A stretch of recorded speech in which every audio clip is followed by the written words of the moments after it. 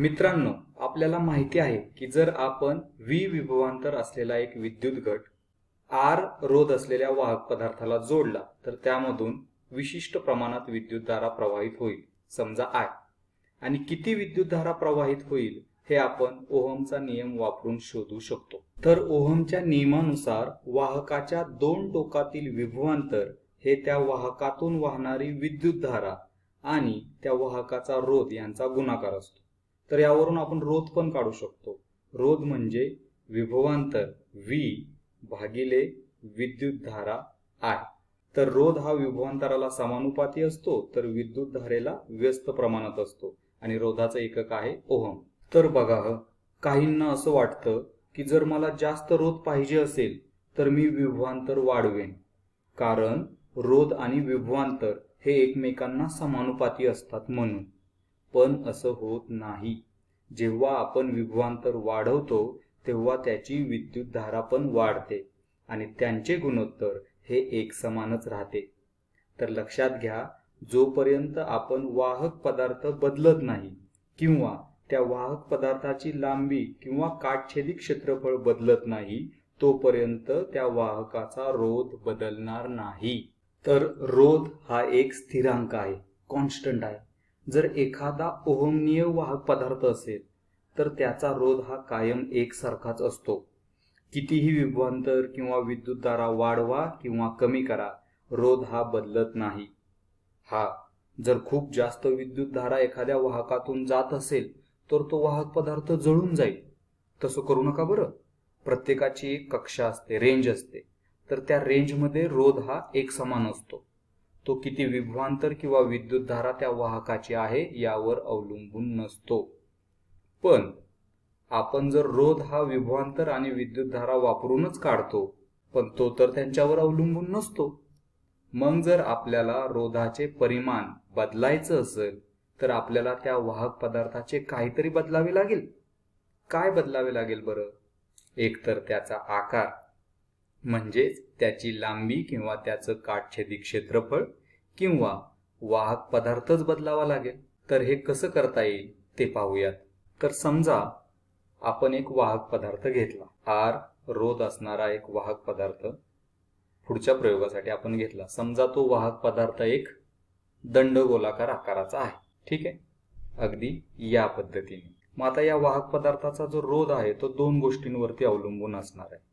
एक म्हणजे या वाहक पदार्थाची लांबी, ती L आहे असं समजा, आणि दुसरी गोष्ट म्हणजे या वाहक पदार्थाचं काटछेदी क्षेत्रफळ, ते A आहे असं समजा. मी वाहकाचं काटछेदी क्षेत्रफळ म्हणालो कारण विद्युतधारा इकडून आत जाते आणि या बाजूने ती बाहेर येते, एखाद्या बोगद्यासारखं. पण हा वाहक पदार्थ पोकळ नाही बरं. तो काय आहे? घन आहे, सॉलिड आहे. उदाहरणार्थ असं समजा की तो एक धातू आहे किंवा एक अर्धवाहक आहे. आता माझा प्रश्न असा आहे की जर आपण या वाहकाची लांबी वाढवली तर काय होईल? काय होईल पहा. तर यामुळे विद्युतधारेला वहनासाठी जास्तीचं अंतर पार करावं लागेल, बरोबर की नाही? याचा अर्थ काय? तर याचा अर्थ असा की जर लांबी वाढली तर रोध सुद्धा वाढेल. आणि जर मी वाहकाचं काटछेदी क्षेत्रफळ वाढवलं तर काय होईल? पहा, जर या दंडगोलाकार वाहकाचा व्यास मी वाढवला तर काय होईल? तर इथे विद्युतधारा वहनासाठी जास्त जागा उपलब्ध होईल, म्हणजेच विद्युतधारा वहनाचा अडथळा कमी होईल. याचाच अर्थ काय होतोय? तर इथे रोध कमी होईल, बरोबर? आता जर काही आपण सगळं गणिती पद्धतीने लिहायचं ठरवलं तर ते कसं येईल पहा. तर रोध हा समानुपाती असेल कुणाला? तर वाहकाच्या लांबीला, बरोबर? जर लांबी वाढली तर रोध सुद्धा वाढेल, म्हणजे लांबी दुप्पट केली तर रोध सुद्धा दुप्पट होईल. पण जर आपण काटछेदी क्षेत्रफळ वाढवलं तर रोध मात्र कमी होईल, बरोबर? कारण विद्युतधारा वहनासाठी अधिकची जागा मिळेल. म्हणून या सूत्रात खाली आपल्याला A लिहायला हवा. म्हणजेच काय? तर वाहकाचा रोध हा काटछेदी क्षेत्रफळाशी व्यस्त प्रमाणात असतो. आणि अजून एक घटक आहे ज्याच्यावर हा रोध अवलंबून असतो, तो म्हणजे वाहक पदार्थाचा प्रकार.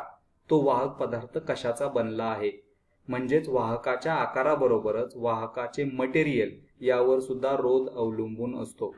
काही वाहक पदार्थ नैसर्गिकरित्या इतरांपेक्षा अधिक रोध देतात. सामान्यतः धातूंचा रोध हा कमी असतो तर अधातूंचा जास्त. तर आता एखाद्या पदार्थाचा नैसर्गिक रोध मोजण्यासाठी एखादं सूत्र आपल्याकडे पाहिजे आणि त्यालाच म्हणतात रोधकता, रेझिस्टिव्हिटी. जेव्हा R हा समानुपाती असतो L भागिले A ला आणि जेव्हा समानुपातीचं चिन्ह जातं तेव्हा तिथं एक स्थिरांक येतो, कॉन्स्टंट येतो आणि तो म्हणजेच रो, रेझिस्टिव्हिटी. एक ग्रीक अक्षर रोने रोधकता ही दर्शवली जाते. वाहक पदार्थाची रोधकता जितकी जास्त तितका विद्युत धारेचा प्रवाह अडवण्याचा नैसर्गिक कल हा जास्त. उदाहरणार्थ तांब्याची रोधकता खूपच कमी असते कारण तो एक धातू आहे. त्याची रोधकता सुमारे 1.68 गुणिले 10⁻⁸ इतकी असते. या रोधकतेचे एकक आपण पुढे पाहू. जर आपण एखादा रबरासारखा अधातू घेतला तर त्याची रोधकता खूपच जास्त असते, 10⁻13 आसपास. म्हणजेच धातूपासून अर्धवाहकापर्यंत आणि अर्धवाहकापासून ते अधातूपर्यंत रोधकतेमध्ये खूप मोठा फरक असतो आणि या सूत्रात हेच महत्त्वाचं आपल्याला शिकायचं आहे. तर लक्षात घ्या, रोधकता इथे दर्शवली जाईल तर R बरोबर रोधकता गुणिले लांबी भागिले काटछेदी क्षेत्रफळ. तर रोधकता जितकी जास्त रोधही तितकाच जास्त आणि त्याचबरोबर वाहकाची लांबी आणि काटछेदी क्षेत्रफळ यावर सुद्धा रोध अवलंबून असतो. तर हे सूत्र सांगतं की वाहकाचा रोध कशा कशावर अवलंबून असतो. एक म्हणजे रोधकता, दुसरं म्हणजे लांबी आणि तिसरं म्हणजे काटछेदी क्षेत्रफळ. मग रोधकतेचं एकक काय असेल तर हे सूत्र आपण परत बदलून लिहूयात. तर काय होईल, रोधकता बरोबर R गुणिले A भागिले L. मग रोधाचं एकक आहे ओहम, काटछेदी क्षेत्रफळाचं एकक मीटर स्क्वेअर आणि लांबीचं एकक मीटर. तिथं एक मीटर मीटर कॅन्सल होईल, मग उरतं फक्त ओहम मीटर. म्हणजेच रोधकतेचं एकक आहे ओहम मीटर. पण हे सूत्र लक्षात कसं ठेवायचं, थोडंसं अवघड आहे ना. लक्षातच येत नाही लवकर क्षेत्रफळ वर घ्यायचं की लांबी. मला वाटतं तुमच्या हे लक्षात आलं असेल, पण जर का लक्षात ठेवायला अवघड वाटत असेल तर एक छान मार्ग आहे जो माझ्याच एका विद्यार्थ्याने मला सांगितला होता. त्याला हे सूत्र रिप्ले शब्दासारखं वाटलं. तर यामध्ये पहा, R म्हणजे R रोध आणि हे बरोबरचं चिन्ह म्हणजे E आणि हा रो म्हणजे P आणि पुढे L म्हणजे L आणि A म्हणजे A. त्यामुळे हे REPLA असं वाटलं. इथला फक्त Y गायब आहे, बरोबर.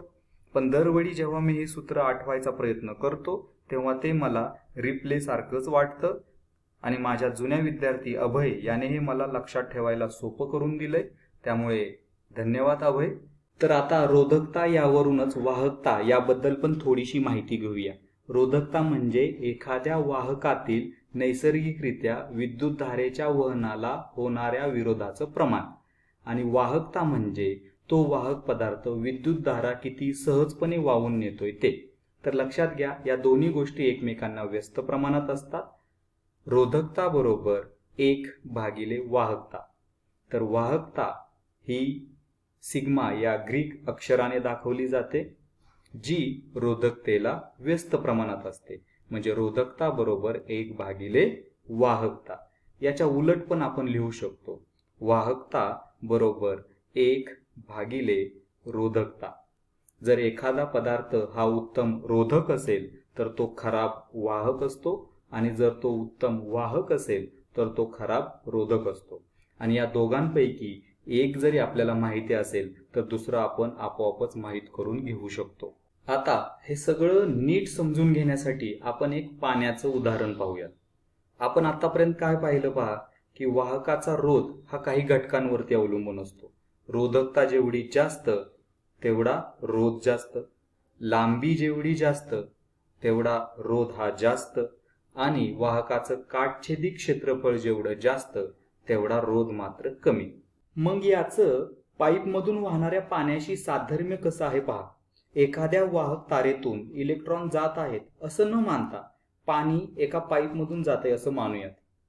वाहक तारेच्या जागी आपण एक पाईप घेतलाय, बरोबर, आणि त्यातून इलेक्ट्रॉनच्या ऐवजी पाणी वाहते, बरोबर. तर वेगवेगळ्या आकाराचे पाईप पाण्याच्या वहनाला वेगवेगळे अडथळे निर्माण करतील. कसं ते पहा. समजा जर पाईपचा व्यास अरुंद झाला तर काय होईल, तर पाण्याच्या प्रवाहाला अडथळा निर्माण होईल, म्हणजेच प्रवाहाला जास्त रोध मिळेल. म्हणजेच काय होईल, जर पाईपचे क्षेत्रफळ कमी असेल तर प्रवाहाचा रोध हा जास्त असेल. हे आपल्या सूत्राशी जुळलं बरं का. म्हणजेच काय, आपलं सूत्र काय सांगतंय, तर क्षेत्रफळ हे छेदाच्या ठिकाणी आहे. जर क्षेत्रफळ कमी झालं तर रोध हा जास्त होणार आहे. बरोबर. आणखीन एक गोष्ट म्हणजे लांबी. जर आपण अरुंद पाईपची लांबी वाढवली तर पाण्याच्या प्रवाहाला अधिक अडथळा निर्माण होईल. प्लंबर्सची जी माहिती पुस्तिका असते ते आपल्याला दाखवून देते की जर पाईपची लांबी आपण वाढवली असेल तर आपल्याला अधिकचं प्रेशर, अधिकचा दाब लागू करावा लागेल. म्हणजेच जर पाईपचे काटछेदी क्षेत्रफळ कमी असेल आणि लांबी जास्त असेल तर मागून आपल्याला जास्त दाब द्यावा लागेल. हे दाब म्हणजेच इथं काय, तर इथं दाब म्हणजेच विद्युत घट. जसं विद्युत घट विभवांतर पुरवतो तसंच इथे दाबातील फरक पाण्याला पुढे ढकलतो. घटासाठी जसं विभवांतर महत्वाचं तसंच इथं दाबातील फरक महत्वाचा. म्हणजेच काय, तर एका बिंदूपासून दुसऱ्या बिंदूपर्यंतचा दाबातील फरक इथं महत्वाचं काम करतो. त्यामुळेच लक्षात घ्या, जास्त रोध म्हणजे कमी काटछेदी क्षेत्रफळ आणि जास्त रोध म्हणजे जास्त लांब पाईप. आता रोधकतेची तुलना कोणाशी करता येईल बरं, तर ती रोधकता म्हणजे पाईप स्वतः. तो कशापासून बनलाय ते मटेरियल. जर पाईपचा आतील भाग खडबडीत असेल तर पाणी सहजपणे वाहणार नाही. मग पाईप कितीही लांब असो किंवा क्षेत्रफळाने कितीही मोठा असो त्याचा रोध हा जास्तच राहील. मग ते म्हणजेच रोधकता. जसं वरती आपण पाहिलं, रोधकता म्हणजे वाहक पदार्थाची विद्युत धारेच्या वहनाला विरोध करण्याची क्षमता. त्याचप्रमाणे पाईपची रोधकता म्हणजे पाईप कोणत्या पदार्थापासून बनलाय ते मटेरियल, विशेषतः त्याचा आतला भाग. आशा आहे की या उदाहरणामुळे हे आपल्याला सूत्र लक्षात राहायला मदत झाली असेल. चला तर एक उदाहरण सोडवूया. समजा आपल्याकडे 12 मीटर लांबीची एक तांब्याची तार आहे आणि जिचा व्यास 0.01 मीटर आहे. जर या तांब्याची रोधकता 1.68 गुणिले 10⁻⁸ ओहम मीटर एवढी दिली असेल तर त्या वाहकाचा रोध किती असेल. चला तर मग आपल्याकडील सूत्र वापरून हे उदाहरण सोडवूया. सूत्र आहे R बरोबर ρL भागिले A. मग रो ची किंमत दिलेली आहे आपल्याला 1.68 गुणिले 10⁻⁸ ओहम मीटर. किती कमी मूल्य आहे पहा. का, कारण तांब हा एक उत्कृष्ट वाहक आहे आणि एक खराब रोधक आहे म्हणून. मग R बरोबर 1.68 गुणिले 10⁻⁸ ओहम मीटर गुणिले, आता आपल्याला काय घ्यायचंय, तर येथे आपल्याला या तांब्याच्या तारेची लांबी दिलेली आहे. ती लांबी किती दिली आहे, तर ती लांबी दिली आहे आपल्याला 12 मीटर एवढी, भागिले वाहकाचं काटछेदी क्षेत्रफळ. मग आता व्यास दिलाय 0.01 मीटर. मग आपल्याकडे सूत्र आहे एरिया बरोबर काय, पाय r². r म्हणजे त्रिज्या.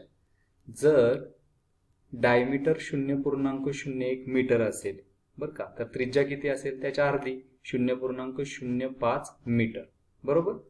मग हे जर आपण सोडवलं तर आपल्याला एक उत्तर मिळतं आणि ते उत्तर येतं रोध बरोबर 0.0026 ओहम.